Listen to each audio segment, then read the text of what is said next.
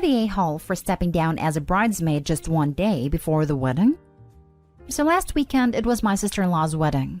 My sister-in-law is my fiancé's sister, to clarify. I've been with my fiancé for 5 years, and we've been engaged for 2.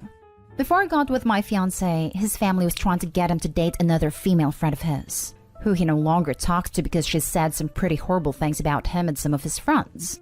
Plus, she was always trying to put me in my place since I started dating my fiancé, claiming she'll always come first in his life. Long story short, stuff happened and they no longer talk. He have a pretty close relationship with his family, especially his 2 siblings, his sister, the bride, and his brother. One day before the wedding, we were having a family lunch with the bride's family, and during lunch she started mentioning that female ex-friend of my fiancé. She started saying what a gorgeous girl she is and how pretty she is. My fiancé and I felt uncomfortable, and my fiancé was pretty pissed because that ex-friend has caused a lot of damage in my fiancé's life in the past, so it was hurtful for him to hear his sister praising her like that. But he stayed silent since he didn't want to cause drama during the wedding period. The nail in the coffin was when my sister-in-law said that it's a shame my fiancé never got to date female ex-friend, since I came along and took her place, because she'd love to have her as a bridesmaid, but because of me she can't, and she can't even call her a sister because of me. My mother-in-law told her to apologize and tried to do damage control, claiming my sister-in-law was joking, but sister-in-law said she's not joking. She really feels that way. Then proceeded to say she loves me as her new sister-in-law, but she'd just prefer female ex-friend. I kindly got up and excused myself, saying I'll head home. While I was gathering my stuff to leave, I also said I'd withdraw as a bridesmaid since I'm not really the one she wanted there, and that she should contact ex-friend while she still has time, and I'll give her my dress since we are the same size. Fiancé left with me, and while leaving, he said something along the lines of, "You never know when to shut your mouth," to his sister. Mother-in-law justified me walking out. So did my brother-in-law and father-in-law. They say bride's words were ridiculous. They tried to convince me to stay as a bridesmaid but respected my wish to walk out. My family, on the other hand, said I'm the a-hole for not sucking it up for one more day and walking away from the role while making the bride stressed. So, am I the a-hole? P.S. I still attended the wedding as a guest. Bride did not talk to me at all, but the groom did, and he said I'm right to be upset, but he thinks I shouldn't step down last minute over a joke. Now for the top comments. Not the a-hole. I'm so glad your in-law stood up for you and supported your decision. However, for the groom to call her comments a joke is very wrong. Was he there when she initially said them? I hope you're doing okay, but you don't need her in your life. He wasn't there. It was the day before the wedding, and bride and groom just spent other days with their own families. He was with his family. Too bad Mr. Wiener mean girl making an appearance. If he hadn't, there may not have been a wedding. Not the a-hole. What a horrible thing to say. She clarified it wasn't a joke, so why does her husband still think it is? Yes, agreed. And the groom contradicts himself by saying Opie is right to be upset, but then in the next breath it's a joke? Not the a-hole. Your sister-in-law pissed around and found out. Also, it wasn't a joke. It was a calculated dig, and left you with no option but to step down. She didn't think I'd react, let alone step down. She thought I'd stay silent through it all. Mother-in-law told me afterwards. I can't believe you still attended the wedding. I would have left and Venmo'd her for the amount of the dress and the gift you bought. The dress wasn't expensive, thankfully, so I don't mind. Since nobody else used it, I'll keep it and have it tailored into a shorter party dress. As for the gift, it was a mutual gift from me and my fiancé, so I wouldn't want to cause more drama by asking for the money back, you know. Next story is titled, Am I the a-hole for telling my cousin that my best friend slept with her fiancé while we were on vacation? For context, I have known my best friend for about 10 years. We, both 23, met in middle school. My cousin, 25 female, and her fiancé, 28 male, have been dating for about 8 years and engaged since March 2020. The wedding is in December, and because of COVID, we hadn't been able to celebrate the engagement until recently. So my cousin and my uncle rented a house in Italy for a week. It was going to be the cousins, the ones over 18, my cousin's friends, her fiancé, and some of his friends. All we had to do was cover plane ticket expenses.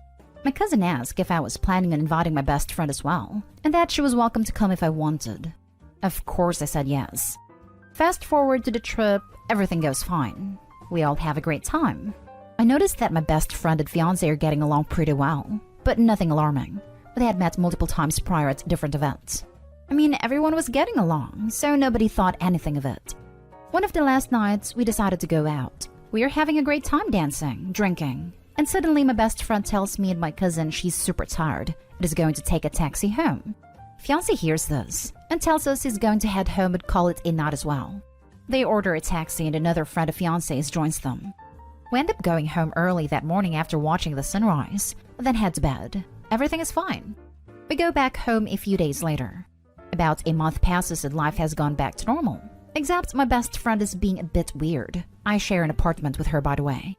Until one night we are sitting down on the couch and she just breaks down and tells me she has something to tell me. And that she feels awful about it, but I have to promise not to tell anyone. I say of course, because, well, this is my best friend. She proceeds to tell me that on the night they left the bar early, they ended up sleeping together. That they were smoking outside and started talking and ended up having some more wine, and that it just happened. I was stunned. I didn't know what to say. I told her, I can't believe you've done this. You've ruined my cousin's life. She tells me that if I don't tell her, she will never know, and we get into a huge fight. A few days later, I decided to go to my cousin's house and tell her, not because I want to hurt anyone, but because she needs to know who she is marrying. She's pissed, calls her fiancé, and everything goes downhill from there. Now my whole family's so angry at my best friend and at me for bringing her. They're currently not speaking to me, saying I should have picked my friends better, that I've played a part in ruining her life. My best friend is also pissed, I told her, saying she feels betrayed and like she can't trust me anymore. My cousin is the only one who's on my side, but she's a bit busy trying to figure everything out. Am I the a-hole for telling her? Not the a-hole. Let me see if I can get this straight. Your best friend slept with a man who was in a committed relationship with your cousin. The best friend has the nerve to be angry at you for telling the woman whose life she messed up, who was your cousin, despite the fact that she slept with him. It was totally in the wrong. Your family, except the cousin, is all angry at you like this is your fault, that the fiancé cheated? All you did was spare your cousin heartache before she married the man. The family should be thanking you for that, and be angry only at the friend and the man. The friend should be angry at her own actions, and at the fiancé for putting her in this situation. Also, if the friend did want this getting back to the cousin, maybe she shouldn't have told Opie. I about lost my crap. The best friend is the one who feels betrayed. Lol, OMG. The entitlement in that one is legendary. Not stay home. As someone who's been cheated on and having so-called friends hide it from me, I'd have been more forgiving if I was told before. Your so-called best friend messed up. Your cousin's fiancé messed up. You did the right thing in telling your cousin. And everyone here needs to be pissed at the fiancé, who barely gets a mention. He is definitely the most at fault here, having cheated while in a committed relationship and told no one. Not stay home. Not stay home. There is no way you could have known your best friend and cousin's fiancé would sleep together. I don't understand how your family can say you chose your best friend over your cousin, when you actually told your cousin even though your best friend asked you not to. The only a-holes here is your cousin's fiancé and your best friend. Next story. Am I the a-hole for walking out in the middle of my boyfriend's birthday party? I, female 25, have been with my boyfriend, male 28, for 3 years. Our relationship is great, and we rarely fight. His birthday was days ago. I wanted to do something together, but his parents already decided to host the party at their house. My boyfriend got there first. I showed up after I got off work and he was there with the guests, busy talking and greeting in the backyard. I took a seat in the back and the sister showed up with her husband and son Jake. We're not on good terms, by the way. He said hi, then asked if I could watch her son Jake. I was like, but she disappeared and left her kid with me before I could even answer. So I decided to just keep an eye on him till she gets back since he was sitting across from me. I spilled my drink on my top, which was messy. I gave Jake my phone to play on it and asked him to sit still till I get back. Then I went to use the bathroom to clean up the stain. Clearly Jake walked towards the pool, and the floor was slippery, so he slipped and fell and injured his knee. That's when I heard loud noise coming from outside like people panicking. I went to see what's going on and saw my boyfriend and his family with Jake. I heard my boyfriend's dad ask who was supposed to watch Jake, and his sister said my name. My boyfriend saw me and shouted, "Opie, where the hell have you been? How could you let this happen?" I was taken aback and said I was in the bathroom cleaning up the stain. He asked, "Is the stain more important than my nephew?" I explained that his family or his mother should have kept an eye on him. He said there are many guests, so they probably didn't notice and said I should stop turning this around on his family since I agreed to watch Jake. I said no, I did not initially agree to watch Jake and came to the party as a guest, not as a babysitter. And that his sister just dumped him on me and disappeared without even waiting to hear if I was going to say no. We had an argument, and I got fed up being presented with a hypothetical scenario after a hypothetical scenario of what could have happened if Jake fell inside a pool and was blamed to no end. So I grabbed my stuff and walked out. My boyfriend's parents saw me leave, and he followed me asking me to wait and return, but I refused. He said I have no reason to be upset, but more reason to be worried just like they all were, and insisted I go back inside, but I got in my car and left. He came back later looking pissed. He said that yes, while it might be his sister's fault for still bringing her son after he stated he didn't want kids there because of the pool, but said I ruined the party by walking out and refusing to take responsibility, and admit I should have made sure Jake was safe before leaving him out of my sight whether I agreed to watch him or not. He said his parents are rightfully upset and didn't appreciate my behavior earlier on. Then walking out, which hurt him on a personal level since his birthday, should mean something to me. I felt like he might be right and mishandled this entire situation. Am I the a-hole? Jake is 4 years old. Everyone sucks here. She shouldn't have ditched her kid with you, but it's not shocking to understand why you shouldn't leave a toddler alone, especially by a pool. Did you really think telling him to sit still was going to work? There's immaturity in both ends in this post. She should have found sister and said, I won't watch your kid.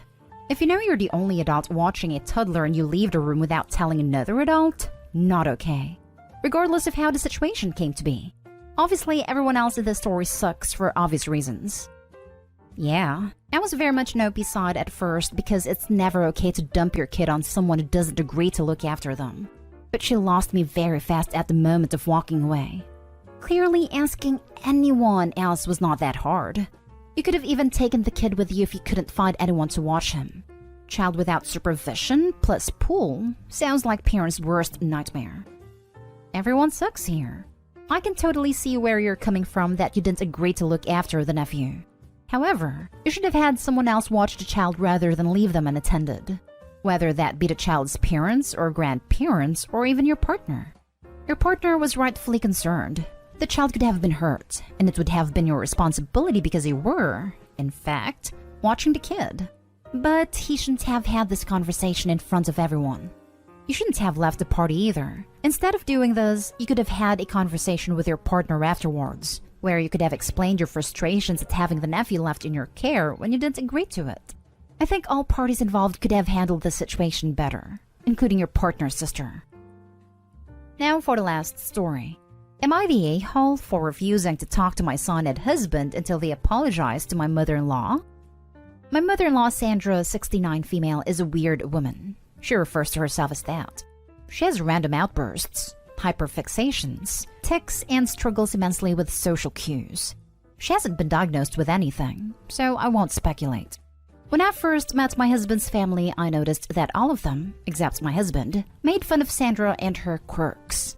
For example, we were having dinner one night, and my mother-in-law couldn't stop talking about flowers. She loves plants and nature and is super knowledgeable about it.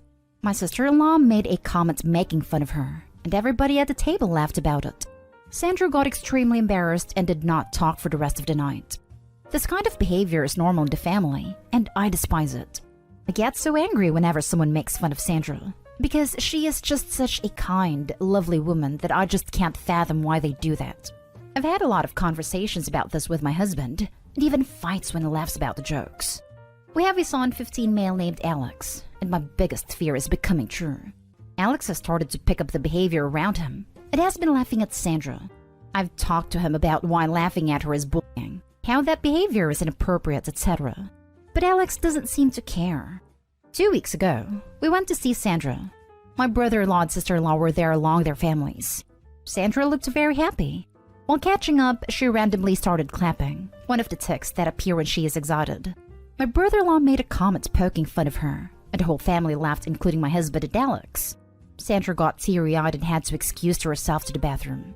I've never been more furious, and while on our way home, I chewed my husband and son out, and told them to not speak to me until they apologized to Sandra.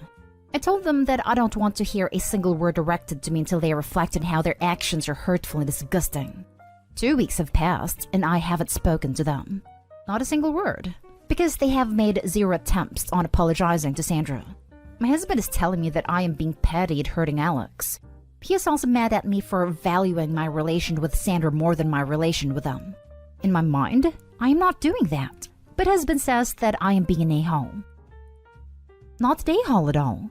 So if I have the dynamics correct, your husband bullies his mother, your son now is bullying his grandma, and basically everyone else in the family does it to her just because she gets happy over things and expresses it differently and likes to talk about things that make her happy. They are mean to her to the point she cries and they all think this is okay. Your husband has trained your son to be a bully and that laughing and watching other people hurt is funny. This was painful to read. I can't imagine how many years poor Sandra has had to live with being treated this way. I hope she knows that you love and accept her just the way she is.